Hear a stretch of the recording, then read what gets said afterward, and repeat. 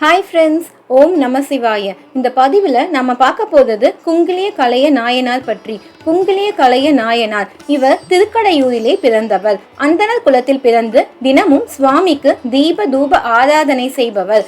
குங்கிலியத்தை தினமும் சிவபெருமானுக்கு பூஜை செய்தார். இவர் நல்ல செல்வ செழிப்பாக இருந்தார். இவரை சோதிக்க நினைத்த சிவபெருமான் இவருக்கு கடுமையான வறுமையை தந்தார். இவர் தன் வீட்டில் இருந்த பொருட்கள் அத்தனையையும் விற்று குங்கிலியம் வாங்கி பூஜை செய்தார். ஒரு நாள் வீட்டில் விற்க ஒரு பொருளும் இல்லை. அப்போது அவர் மனைவி கணவனிடம் தான் கழுத்தில் அணிந்திருந்த திருமாங்கல்யத்தை கழட்டி கொடுத்து, எந்த பெண்ணும் செய்யாத காரியத்தை நான் செய்கிறேன். நம் வீட்டில் சமைக்க ஒரு பொருளும் இல்லை. அதனால் திருமாங்கல்யத்தை விற்று உணவுப் பொருளை வாங்கி வாருங்கள் என்று சொல்லி அவரை அனுப்பினார். அவரும் கடைக்கு செல்லும் போது வழியில் ஒரு வியாபாரியை பார்த்தார்.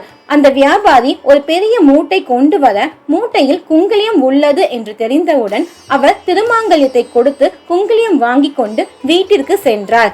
மனைவி மூட்டையை திறந்தார்.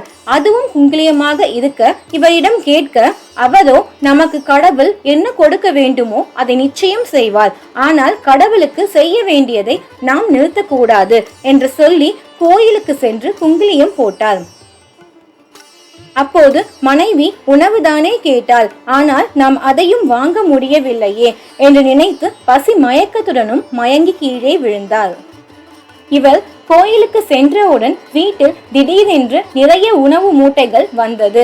அவள் மனைவி, சிவபெருமான் நமக்கு செய்த பெரும் கருணையால் உணவு மூட்டை வந்தது என்று நினைத்து உணவு சமைத்து கணவன் வருகைக்காக காத்திருந்தாள். கோயிலில் மயங்கிய நாயனாரிடம் சிவபெருமான், நீ வீட்டிற்கு சென்று பால் கலந்த உணவு உண்டு வா, மீண்டும் வந்து உன் பூஜையை செய் என்று கூறினாள். நம் வீட்டில் சமைக்க ஒன்றுமே இல்லை, கடவுள் பால் கலந்த உணவு உண்டு வா என்கிறார், எப்படி இருக்கும் என்று நினைத்து வீட்டிற்கு சென்று பார்த்தால் வீட்டில் உணவு மூட்டைகள் நிறைந்திருந்தது. அதை பார்த்து ஆச்சரியப்பட்டு எப்படி வந்தது என்று கேட்க, நீங்கள் சென்றவுடன் மூட்டைகள் வந்தது என்று மனைவி சொன்னாள். உள்ளே ஒரு பெட்டகம் இருக்கின்றது, அதை இன்னும் நான் திறக்கவில்லை என்று கூற அவர் அந்த பெட்டகத்தை திறந்து பார்த்தார். அந்த பெட்டியை திறக்க அவள் இழந்த அத்தனை செல்வமும் தங்கமும் வெள்ளியும் அதில் இருந்தது. சிவபெருமான் அசரீரியாக, என்னால் நீ இழந்த அத்தனையும் உனக்கு திரும்ப தருகிறேன், நீ உன் பூஜையை தொடர்ந்து செய்வாயாக என்று கூறினார். இவரும் தொடர்ந்து குங்கிலிய சேவையை செய்தார். திருப்பனந்தாள் என்ற ஊரில் சிவபெருமான் சாய்ந்தே இருப்பார். தாடகை என்ற பெண் தினம் சிவபெருமானுக்கு மாலை கட்டி சூட்டுவாள். ஒரு நாள் மாலை போடும்போது அவள் புடவை விலக, அவள் உடனே புடவையை சரி செய்ய, அவள் புடவையை விட்டுவிட்டு மாலையை போட முடியாமல் தவிக்க சிவபெருமான் தானே வளைந்து அந்த மாலையை பெற்று கொண்டாள். அன்று சாய்ந்தவர்தான், அவர் நிமிரவே இல்லை.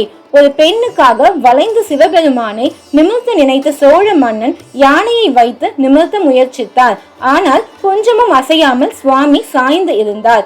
இதை கேள்விப்பட்ட நாயனார் அங்கே சென்றார். சிவபெருமானை மனதார வேண்டினார். தன் உயிரே போனாலும் பரவாயில்லை என்று நினைத்து லிங்கத்துடன் இருந்த பூங்கயிற்றை தன் கழுத்தில் கட்டி இழுக்க அவர் பக்திக்கு கட்டுப்பட்டு சிவபெருமான் நிமிர்ந்தார்.